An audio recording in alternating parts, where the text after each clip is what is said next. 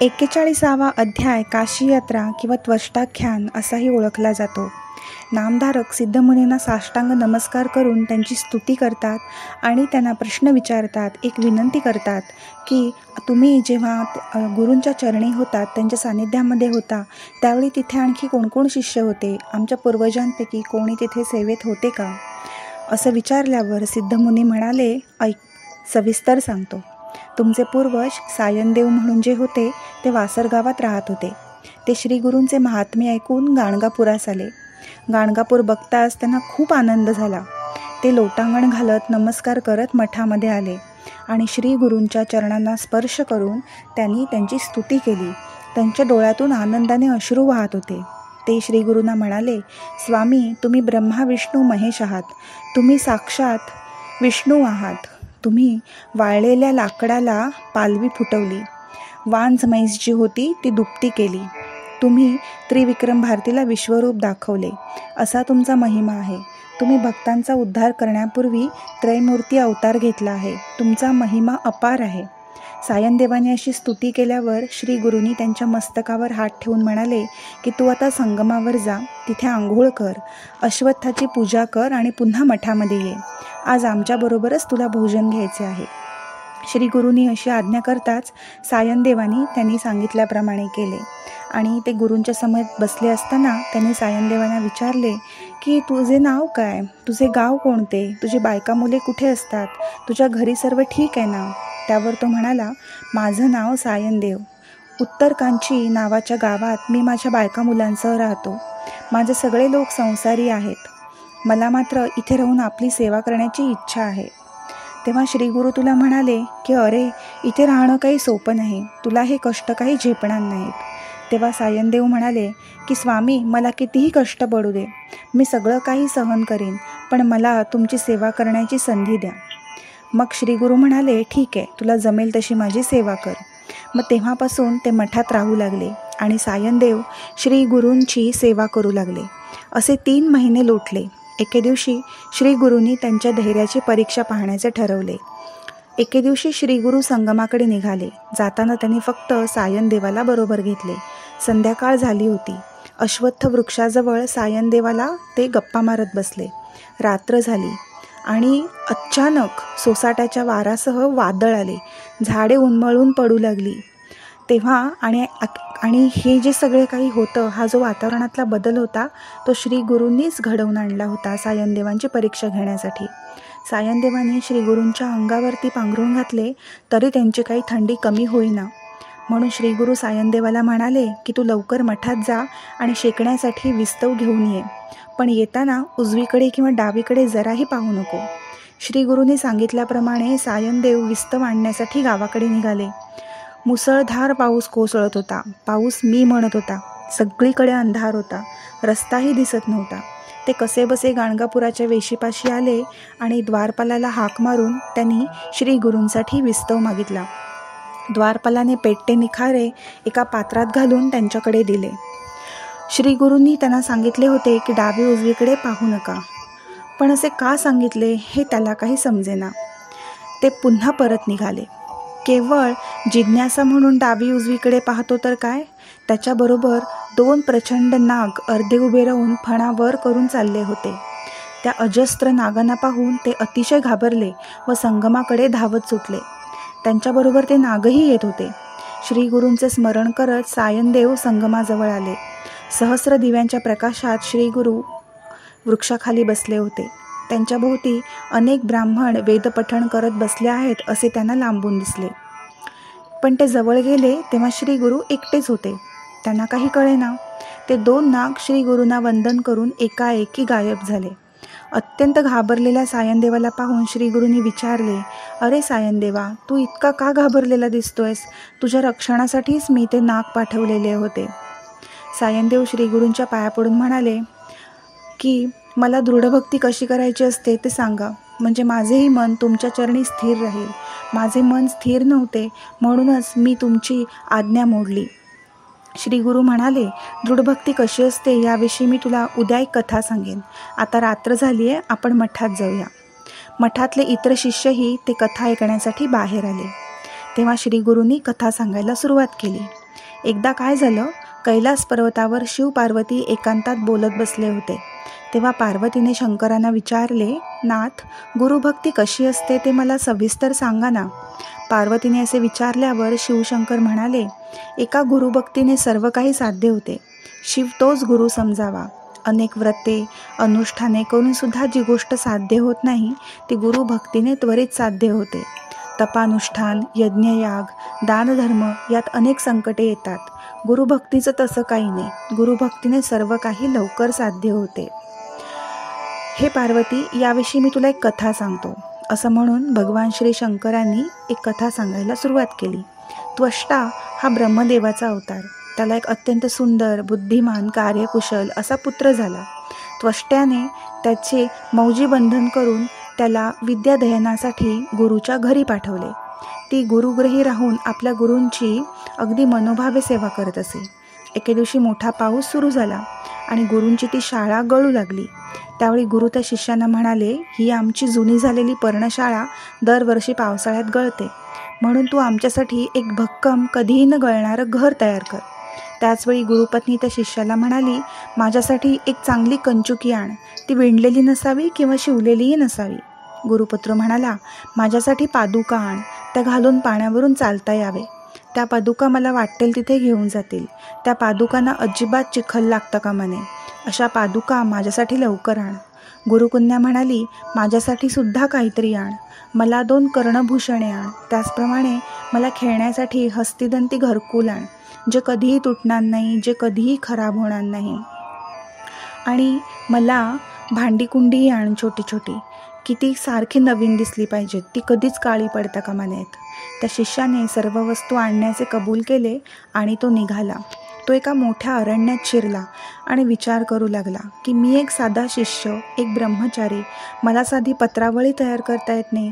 आता मी हे कसं साध्य करेन? मला कोण मदत करेल? आणि मी जर हे नाही आणलं तर गुरुदेव माझ्यावर रागवतील, माझा शाप देतील. आता मी माझा प्राण त्याग करणे हा एकमेव उपाय आहे. असा विचार करीत ते वनातून जात असताना अचानक अवधूत त्यांना भेटले. तो बालब्रह्मचार्याला म्हणाले, अरे तू कोठे चालला आहेस? तू कुठल्या तरी काळजीत दिसतो आहेस. काय आहे तुझी चिंता? बालब्रह्मचारी त्यांच्या पाया पडून म्हणाला, स्वामी, मला वाचवा.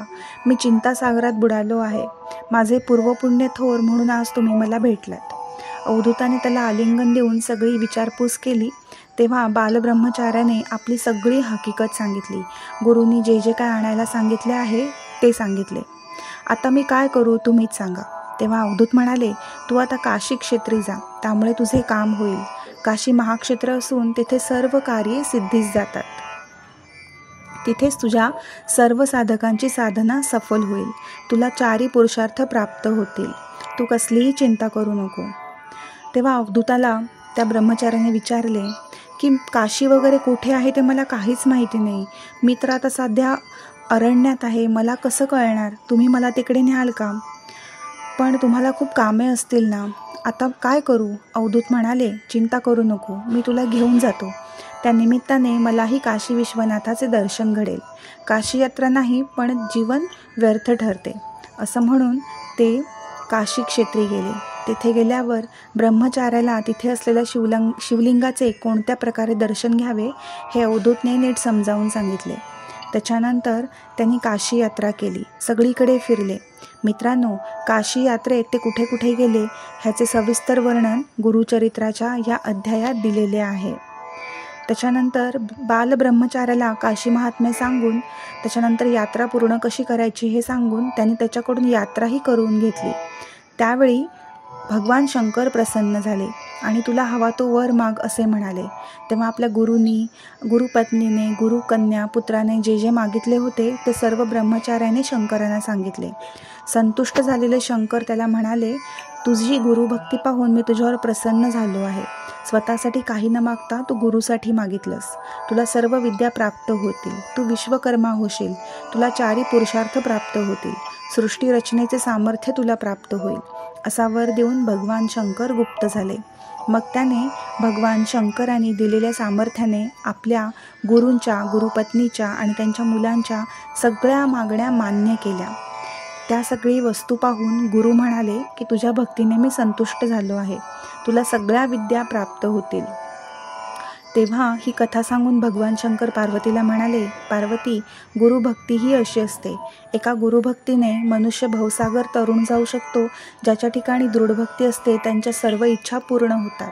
म्हणूनच गुरुच त्रैमूर्ती आहे असे मानावे आणि गुरुच्याच चरणावर पाऊल ठेवून त्याच्या मागोमाग आपण जावे.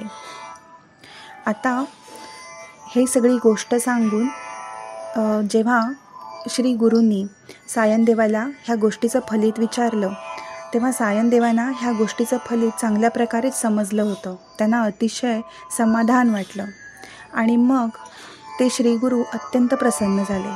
मग सायनदेव आपल्या गावी गेले. आपल्या बायका मुलांना घेऊन ते मठात आले. सर्वांनी श्रीगुरूंची प्रार्थना केली, त्यांचं दर्शन घेतलं. श्रीगुरूंनी त्यांना उपदेश केला.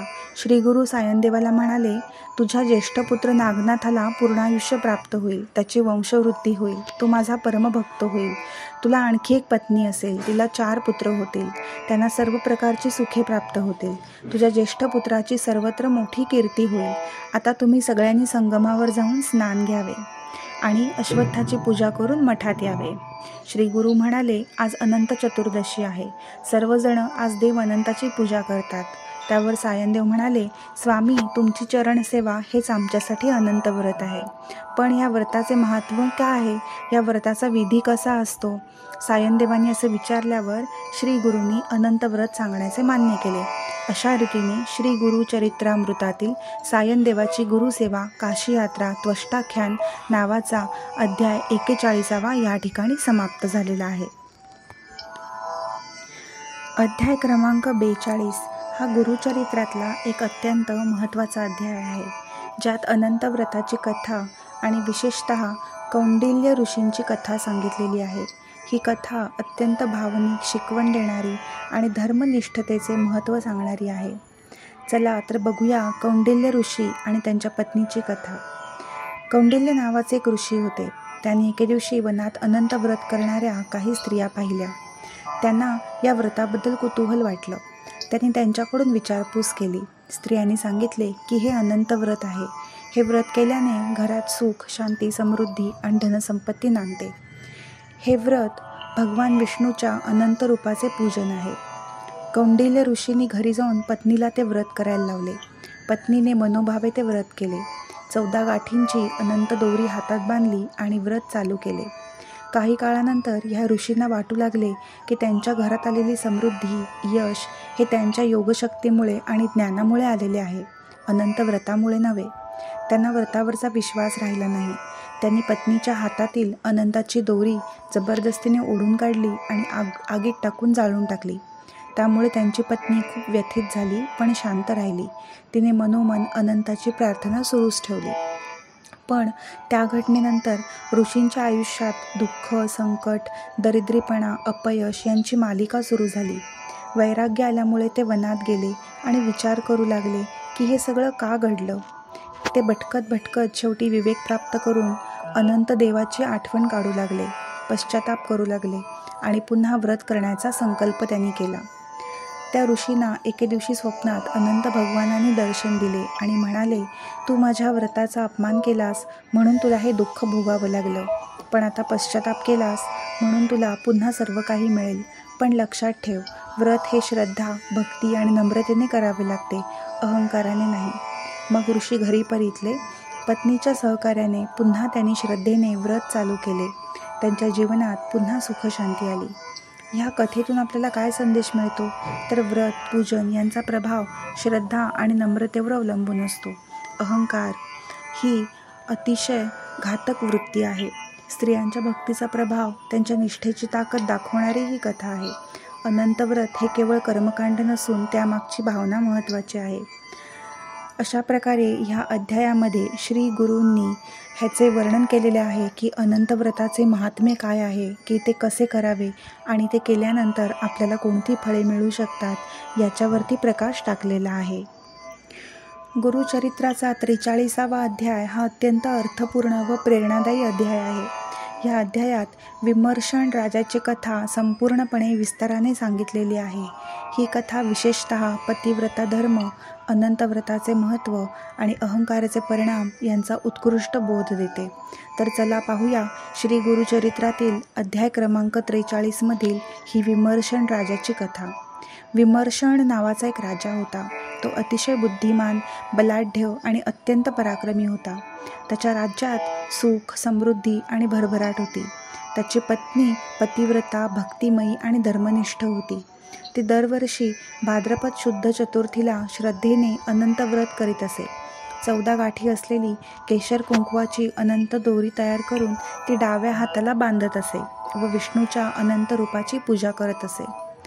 राजाला त्या दोरीविषयी उत्सुकता वाटली. पत्नीने सांगितले की ही अनंताची दोरी आहे. हे अनंत व्रत मी वर्षानुवर्षे करत आहे. त्यामुळे आपल्या घरात सुखशांती आहे.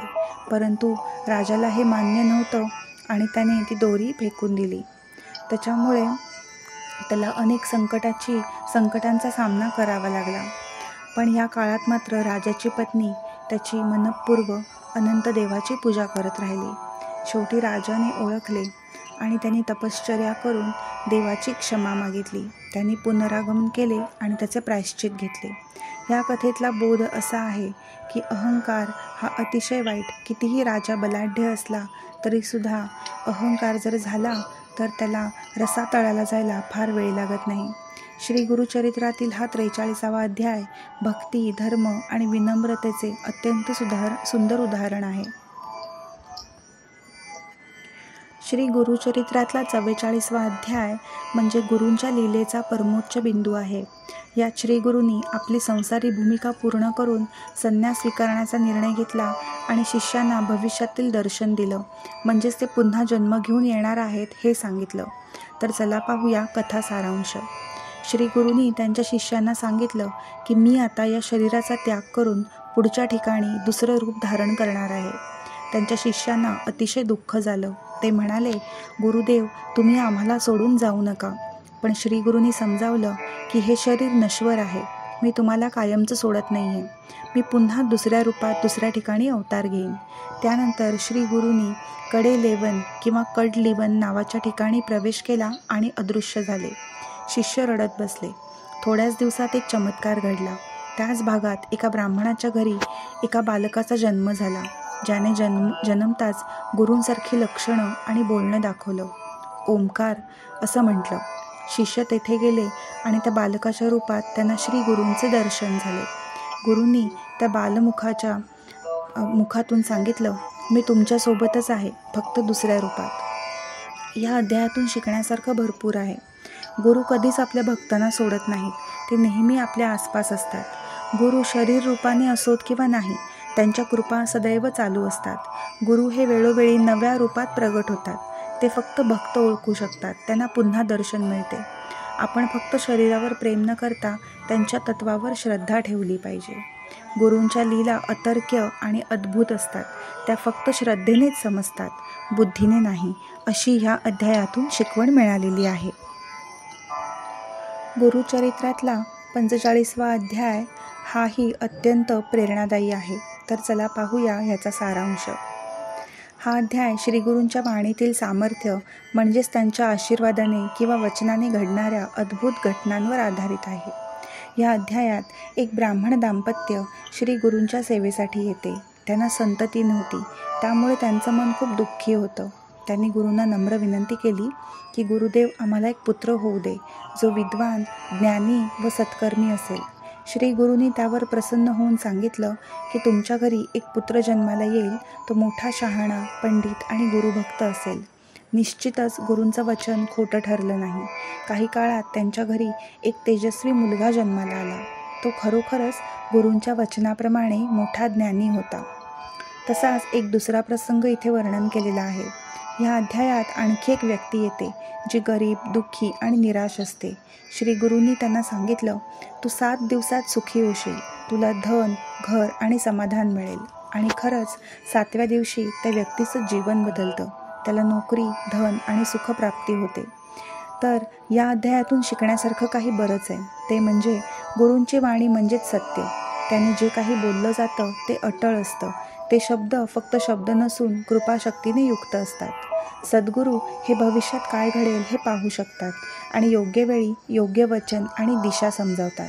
भक्त जर श्रद्धेने वागला तर गुरूंचं वचन नक्की फळतं.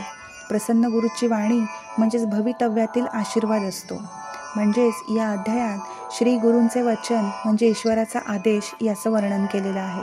त्यांची कृपा, भविष्यवाणी आणि वचनशक्ती हे भक्तांच्या जीवनात आश्चर्यकारक बदल घडवून आणू शकतात असे वर्णन केलेले आहे. गुरुचरित्राचा 46वा अध्याय हा धर्म, नीतिमत्ता आणि गुरूंच्या कृपेने घडणाऱ्या आत्मिक परिवर्तन यावर आधारित आहे. यात एक धार्मिक रीतिरिवाजांना तुच्छ मानणारा धर्मशून्य ब्राह्मण कसा गुरूंच्या मार्गदर्शनाने शुद्ध जीवन जगायला लागला हे सांगितलेलं आहे. तर चला पाहूया या कथेचा सारांश. एका गावात एक ब्राह्मण राहत होता, जो धार्मिक विधींना थोतांड मानत असे. पवित्र आचरण न ठेवता उथळ जीवन जगत असे. यज्ञ, होम, व्रत, गुरुसेवा यांचा तो तिरस्कार करीत असे. गावातील लोक त्याला नावं ठेवत, पण त्याला काहीच फरक पडत नव्हता. अशा वेळी श्री गुरूंचे आगमन झाले. श्री गुरु त्या गावामध्ये आले, त्या ब्राह्मणाला भेटले. त्यांनी त्याच्याशी प्रेमाने संवाद साधला आणि त्याला विचारलं, तू ब्राह्मण असूनही धर्माचं पालन का करत नाहीस? यावेळी तो ब्राह्मण अहंकाराने उत्तर देतो की हे सर्व रीतिरिवाज मूर्खपणा आहेत. खरा धर्म म्हणजे फक्त खाणं पिणं आणि मजा करणं. श्री गुरु त्याच्यावर रागवत नाहीत, उलट त्याला धर्माचा खरा अर्थ प्रेमाने समजावून सांगतात. ते म्हणतात, धर्म केवळ कर्मकांड नव्हे तर आत्मशुद्धी आणि संयमाचं साधन आहे. धर्माशिवाय जीवन हे पोकळ आहे. शेवटी गुरूंनी त्याला त्याच्या मागील जन्माचेही काही दृष्टांत दाखवले, ज्यात त्याच्या चुकीच्या कर्मांमुळे त्याला हे जन्मभोग मिळाले हे स्पष्ट झाले. ह्या अनुभवामुळे त्या ब्राह्मणाचे डोळे उघडले. त्याने गुरूंना नम्रपणे शरण जाऊन क्षमा मागितली आणि धार्मिक सच्चरित्र जीवन चालू केले. या अध्यायातून आपल्याला अशी शिकवण मिळते की गुरूंच्या कृपेने कोणाचेही जीवन बदलू शकते, अगदी धर्मशून्य अज्ञानी माणसाचे देखील. धर्म म्हणजे बाह्य विधी नव्हे तर अंतःकरणाची पवित्र दृष्टी. अहंकार आणि अज्ञान हे अध्यात्मातले सर्वत्र मोठे अडथळे आहेत. गुरु कोणावरही रागवत नाहीत, ते समजावतात, मार्ग दाखवतात आणि भक्ताला परिवर्तनाकडे नेतात. धर्म हे जीवनाचं मूलभूत तत्व आहे आणि सद्गुरू हे त्याचं प्रगट रूप आहेत. गुरुचरित्रातील 47वा अध्याय हा अतिशय रोचक आणि आध्यात्मिक कथा सांगतो. यात एक गांधर्व कन्या गुरूंना परीक्षा घेण्यासाठी येते आणि गुरूंची अखंड श्रद्धा आणि आत्मविश्वास या अध्यायामध्ये दिसून येतो. तर चला बघूया ह्या अध्यायामधली एक छोटीशी कथा. गुरूंनी आपल्या भक्तांच्या भक्तीची आणि श्रद्धेची कसोटी पाहण्यासाठी एक गांधर्व कन्या त्यांच्याकडे पाठवली. ही कन्या अगदी सुंदर, तेजस्वी आणि चतुर होती. ती गुरूंना वेगवेगळ्या प्रकारे फसवण्याचा प्रयत्न करते. ती आपले रूपे बदलते, सुंदर गायन करते, छानपैकी नृत्य करून दाखवते आणि वेगवेगळ्या जादूतंत्रांनी गुरूंचं मन विचलित करण्याचा प्रयत्न करते. पण गुरूंच्या मनात कोणतीही आसक्ती उत्पन्न होत नाही. ते शांतपणे तिचा सामना करतात आणि त्यांची श्रद्धा व भक्ती दृढ राहते. शेवटी ही कन्या गुरूंना हार मानते आणि नतमस्तक होते, कारण तिला कळते की गुरूंची भक्ती आणि आध्यात्मिक सामर्थ्य अपार आहे. आता ह्या अध्यायातून खूप काही शिकण्यासारखे आहे. पहिले म्हणजे खऱ्या भक्तीच्या समोर कोणतीही परीक्षा टिकू शकत नाही. श्रद्धा आणि आत्मविश्वास असला की कोणतीही फसवणूक निष्फळ ठरते. गुरूची भक्ती ही जगातली सगळ्यात मोठी शक्ती आहे. आध्यात्मिक उंची आणि दृढ श्रद्धा याशिवाय कोणतेही बाह्य चमत्कार आपल्याला टिकवू शकत नाहीत.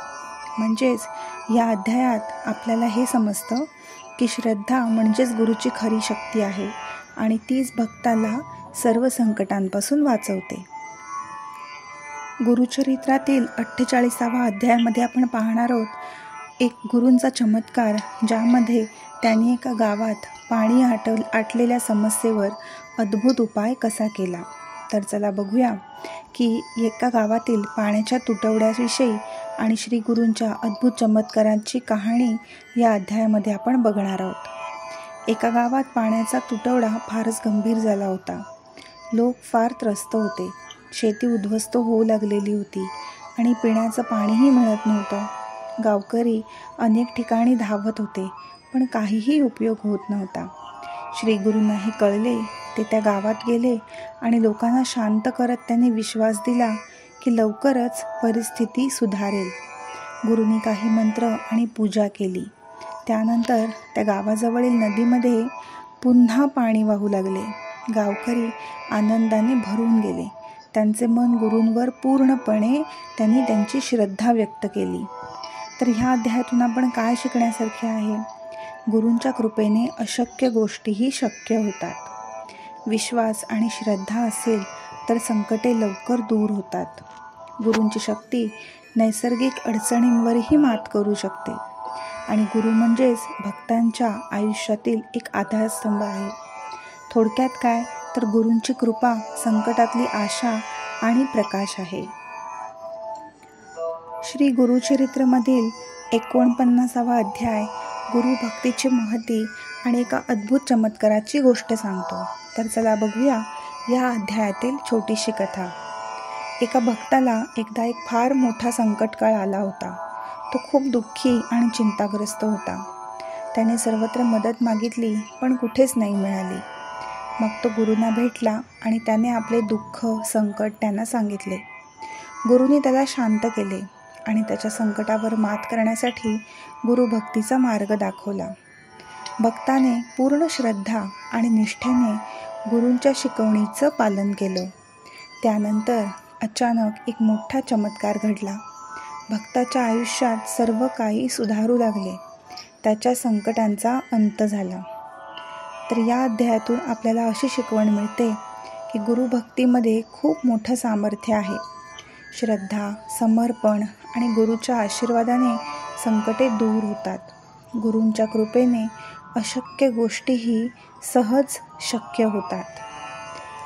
थोडक्यात काय तर गुरुभक्ती म्हणजेच सर्व संकटांवर मात करणारा अमोघ मार्ग असा संदेश आपल्याला या अध्यायातून मिळतो. श्री गुरुचरित्राचा 50वा अध्याय यामध्ये गुरूंनी संकटातही शांत राहण्याचं महत्त्व सांगितलं आहे. ते शिकवतात की कोणतेही दुःख, रोग, अडचणी या आपल्या कर्मामुळे येतात, पण गुरुभक्तीने त्यावर मात करता येते. तर चला बघूया या अध्यायातली एक छोटीशी कथा. काही भक्त गुरूंना भेटून त्यांना आपलं दुःख सांगतात. कुणाला आजार असतो, कुणाला दारिद्र्य असतं, कुणाला मानसिक अशांतता असते, कोणाच्या घरात भांडणं असतात, इत्यादी इत्यादी. गुरु त्यांना समजवतात की हे सर्व भोग पूर्वजन्मीच्या कर्माचे फळ आहे. पण जर तुम्ही श्रद्धेने गुरूंची सेवा केली, प्रार्थना केली आणि सत्कर्म म्हणजे चांगलं काम केलं तर हे दुःख हलकं होईल. गुरु स्वतः उदाहरण देतात की स्वतःच्या तपस्येने त्यांनीही अनेक क्लेश सहन केले, पण कधीही ते हरले नाहीत. चिकाटीने प्रत्येक गोष्ट पूर्ण केली.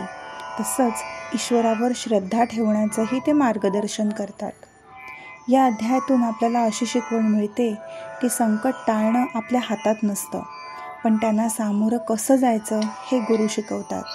त्याची तीव्रता कमी कशी करायची हे देखील ते समजावतात. गुरूंच्या चरणी श्रद्धा ठेवल्यास मन शांत राहतं आणि दुःखाचा भार देखील हलका वाटतो. संतापासून दूर न जाऊन त्यांच्या मार्गदर्शनाखाली चालणं हाच खरा उपाय आहे असं ह्या अध्यायामध्ये सांगितलेलं आहे. थोडक्यात काय तर कुठलीही परिस्थिती आली, वाईट परिस्थिती आली की घाबरून न जाता, न डगमगता त्याचा सामना कसा करावा ह्याचा उल्लेख आणि ह्याचं मार्गदर्शन या अध्यायामध्ये आढळतं. गुरु हाच आपला शरण, गुरूंचं स्मरण हेच सर्व दुःखांवर औषध आहे असं देखील आपल्याला या अध्यायातून समजतं. श्री गुरुचरित्रमधील 51वा अध्याय गुरुसेवेचे महत्त्व आणि निष्काम किंवा निष्कपट भक्तीची फलश्रुती यावर आधारित आहे. तर चला बघूया या अध्यायातली एक छोटीशी गोष्ट. एक शिष्य गुरूंची खूप मनापासून सेवा करत असतो. त्याला कुठलीही अपेक्षा गुरूंकडून नसते. तो केवळ गुरूंच्या चरणी निष्ठा ठेवतो, त्यांची आज्ञेचं पालन करतो आणि रोजच्या सेवा शुश्रूषेमध्ये रमत असतो. इतर लोक त्याला मूर्ख समजतात. ते त्याला म्हणतात, काही उपयोग नाही ही सेवा करून, काही लाभ नाही, तर एवढी सेवा का करतोस? आपला वेळ फुकट घालवतोस, त्यापेक्षा स्वतःसाठी काहीतरी कर. पण गुरूंना त्याच्या अंतःकरणातली श्रद्धा कळते. गुरु त्याला मनापासून आशीर्वाद देतात आणि त्याच्या जीवनात अद्भुत कल्याणकारक बदल होतो. त्याला शांती, समाधान आणि आध्यात्मिक उन्नती लाभते. तर या अध्यायातून काय शिकवण मिळते? गुरुसेवा ही स्वतःचं जीवन बदलण्याचं एक प्रभावी साधन आहे. सेवा करताना कुठलीही अपेक्षा न ठेवणं हीच खरी भक्ती आहे. गुरूंना तुमचं मन समजतं. बाह्य दिखावा नाही, तर अंतःकरणातील श्रद्धा महत्त्वाची. आणि निष्कपट सेवा, कुठल्याही फळाची अपेक्षा न करता केलेली सेवा हीच शिष्यत्वाची खरी ओळख असण्याची शिकवण या अध्यायातून आपल्याला मिळते. थोडक्यात काय, तर गुरुची सेवा आणि भक्ती हाच मोक्षाचा मार्ग आहे, असा संदेश या अध्यायातून आपल्याला मिळतो. गुरुचरित्रातील 52व्या अध्यायामध्ये गुरूंचे आत्मसामर्थ्य, त्यांची धैर्यशीलता आणि भक्तांवर असणारी करुणा यांचं सुंदर वर्णन आढळतं. गुरूंच्या जीवनातील क्लेश, उपवास, सेवा व साधना यांचे प्रसंग या अध्यायामध्ये सांगितलेले आहेत. चला बघूया या अध्यायातली एक कथा. श्री गुरूंनी एका भक्ताला सांगितले की मीही अनेक संकट भोगली आहेत. वृंदावनात, काशीमध्ये, अन्य तीर्थक्षेत्रात उपासमार, थंडी, उपेक्षा यांचा अनुभवही मी घेतलेला आहे. पण मी कधीच खंत नाही केली, कारण माझ्या मनात प्रभूचं चिंतन कायम होतं. गुरुजीने हे सांगून भक्तांना धीर दिला की जीवनात अडचणी आल्या तरी न घाबरता मन प्रभूचरणी लावावं, हेच खरं सुख आहे. तर ह्या अध्यायातून काय शिकवण मिळते? गुरूंनी स्वतः कष्ट सहन केले, त्यामुळे त्यांची शिकवण खऱ्या अनुभवातून आलेली आहे. संकट आली तरी मानसिक शांतता व श्रद्धा न गमावणं हाच खरा साधनेचा मार्ग आहे. प्रभूचं नामस्मरण आणि गुरुभक्तीने दुःख हलकं होतं. तर थोडक्यात काय, तर कोणतीही संकट आली तरी मन डळमळू न देता गुरूंच्या कृपेवर विश्वास ठेवावा. तेव्हाच भक्त अतिशय सहजतेने, सुलभतेने कोणत्याही संकटातून बाहेर पडू शकतात.